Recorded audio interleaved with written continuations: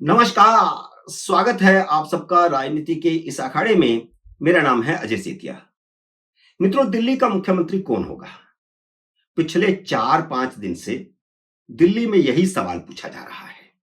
जहां जाओ यही सवाल, कौन होगा मुख्यमंत्री? आपकी क्या राय है? कोई पूर्वांचली होगा क्या? या प्रवेश वर्मा ही होंगे? कोई महिला होगी क्या? या कोई दलित चेहरा होगा? और बीच बीच में सोशल मीडिया पर तो नुपुर शर्मा का नाम भी चल रहा है। लेकिन मुख्यमंत्री के साथ साथ मंत्रियों की लिस्ट भी बन रही है और ज्यादा मंथन मंत्रियों की लिस्ट पे हो रहा है। मुख्यमंत्री तो मोदी ने तय कर लिए होंगे या अमित शाह और जेपी नड्डा को पता होगा। लेकिन मंत्रियों की सूची में बार बार हेरफेर हो रहा है, किसी का नाम जुड़ रहा है, किसी का कट रहा है। कैलाश गहलोत का नाम पहले मंत्रियों की लिस्ट में था, लेकिन अब उनका नाम कट गया है। इसे मैं आगे चलकर के विस्तार में बताऊंगा कि उनका नाम कैसे कटा। पहले मुख्यमंत्री की चर्चा कर लेते हैं। राजनीतिक हलकों में एक जुमला पहले दिन से चल रहा है कि जिसका नाम चलता है वह तो नहीं बनता। यही नरेंद्र मोदी की शैली है। दिल्ली में मुख्यमंत्री कोई भी हो, सरकार सीधे पीएमओ से चलेगी, क्योंकि जो वायदे नरेंद्र मोदी ने किए हैं उन्हें 5 साल में पूरा करना है।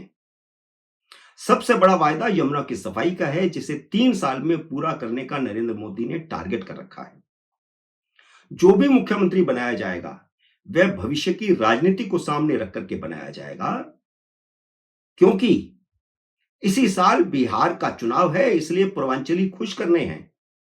2027 में उत्तर प्रदेश का चुनाव है और उत्तराखंड का भी चुनाव है, इसलिए ओबीसी और पश्चिमी उत्तर प्रदेश के जाटों को खुश करना है और उत्तराखंडियों को भी खुश करना है।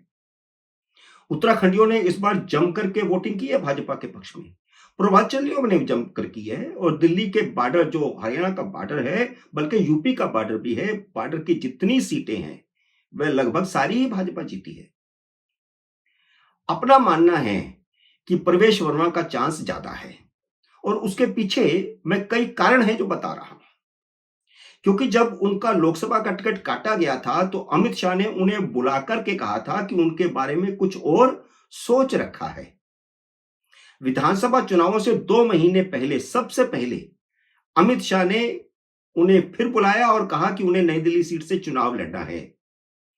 अभी टिकटों के बारे में मंथन चल रहा था, लेकिन उससे पहले ही अमित शाह ने उनको बुलाकर के 2 महीने पहले ही बता दिया था कि आपको नई दिल्ली सीट पर केजरीवाल के सामने चुनाव लड़ना है, अब तैयारियां शुरू कर दो। और उन्होंने 2 महीने पहले तैयारियां शुरू कर दी थी।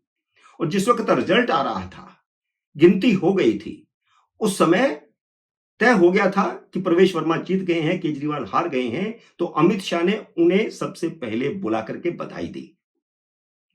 और सबसे बड़ी बात, उनकी आरएसएस की पृष्ठभूमि भी है, पूरी दिल्ली की समझ भी है। उनके पिता साहब सिंह वर्मा मुख्यमंत्री रहे हैं।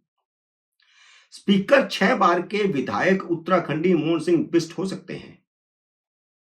उप मुख्यमंत्री पूर्वांचली पंकज कुमार सिंह या कोई और हो सकता है।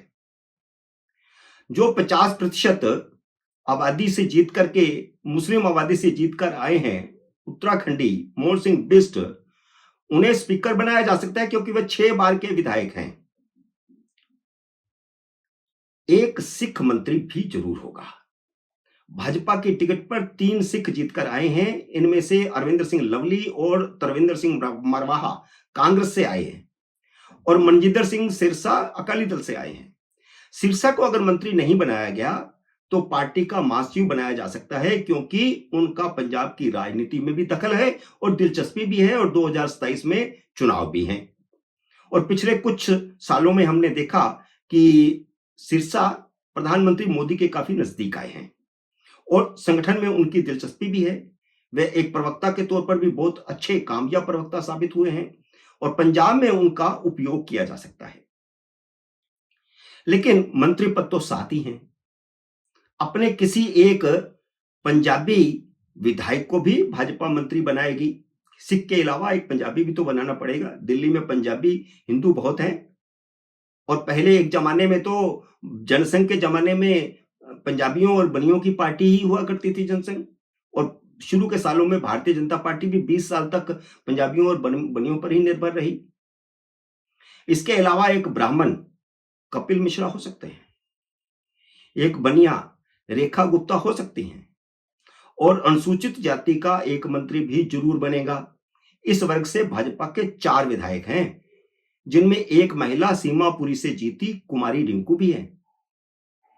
अगले 4 मिनट में मैं वह पूरा खुलासा करूंगा कि कैलाश गहलोत का पत्ता कैसे कट गया है। गहलोत जब केजरीवाल सरकार में ट्रांसपोर्ट मंत्री थे, तो उनके समय में डीटीसी बसों की खरीदारी का बड़ा घोटाला हुआ था, जिसकी 2 साल से सीबीआई की जांच चल रही थी और चुनाव नतीजों के 5वें दिन डीटीसी घोटाले में ट्रांसपोर्ट विभाग के 6 अधिकारियों की गिरफ्तारी हो गई है।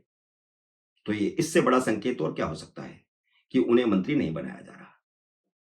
घोटाले की आधारशिला 27 नवंबर 2020 में रखी गई थी, जब कैलाश गहलोत की अध्यक्षता में हुई मीटिंग में 890 करोड़ की लागत से 1000 बसों की खरीद का फैसला किया गया था।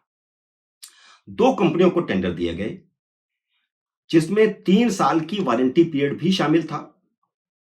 यानी जो बसें खरीदी जाएंगी उनकी 3 साल की वारंटी होगी, लेकिन उन्हीं दोनों कंपनियों को 3 साल तक उन बसों के रखरखाव का 3500 करोड़ रुपए का ठेका दे दिया गया। बसों की कीमत 890 करोड़ रुपया और 3 साल की वारंटी के बावजूद बसों के रखरखाव का ठेका 3500 करोड़ रुपए का। गहलोत ने यह कहते हुए बचाव किया था कि वारंटी में 71 आइटम शामिल नहीं है, इसलिए यह रखरखाव का ठेका दिया जा रहा है। भाजपा की शिकायत पर जैसे ही भ्रष्टाचार विरोधी ब्यूरो ने जांच शुरू की, केजरीवाल सरकार ने टेंडर रद्द कर दिए।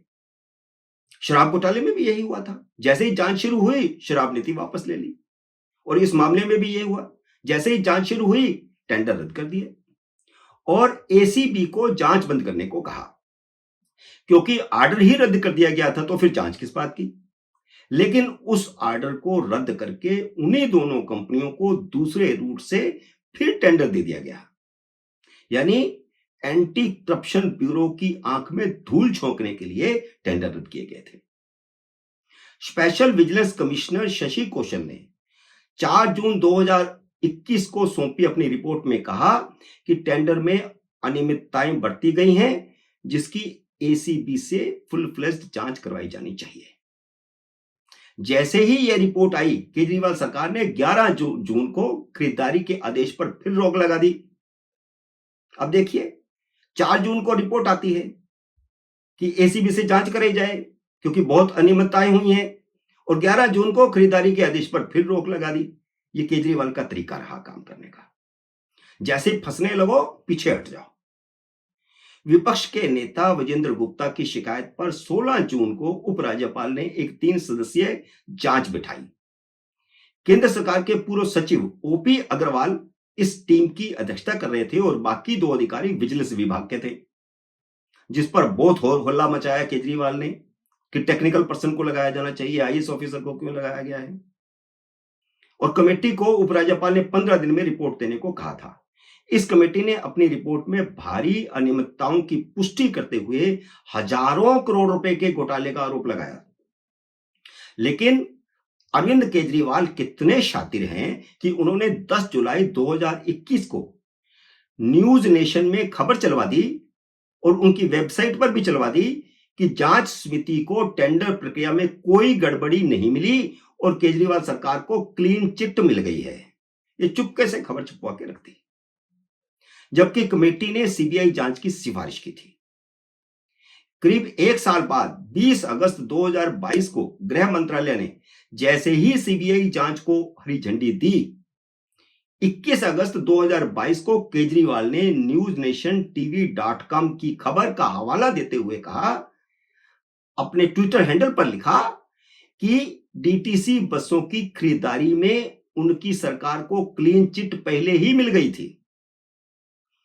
इसके बावजूद मोदी सरकार सीबीआई के माध्यम से झूठे केस बना रही है। देखिए मीडिया का कैसे दुरुपयोग किया गया, कैसे इस्तेमाल किया गया। विज्ञापन का यही तो कमाल है। जबकि 2.5 साल की लंबी जांच के बाद गिरफ्तारियां शुरू हो गई हैं। यह कैलाश गहलोत को भी संकेत है कि उन्हें मंत्री नहीं बनाया जाएगा। कैलाश गहलोत को अगर भाजपा में प्रासंगिक बने रहना है, तो उनके पास एक ही चारा है कि वह केजरीवाल के खिलाफ एक बालिया बयान दे दें कि उनके दबाव में ही वह सब कुछ कर रहे थे।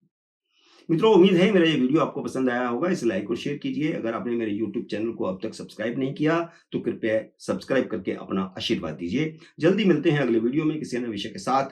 तब तक नमस्कार।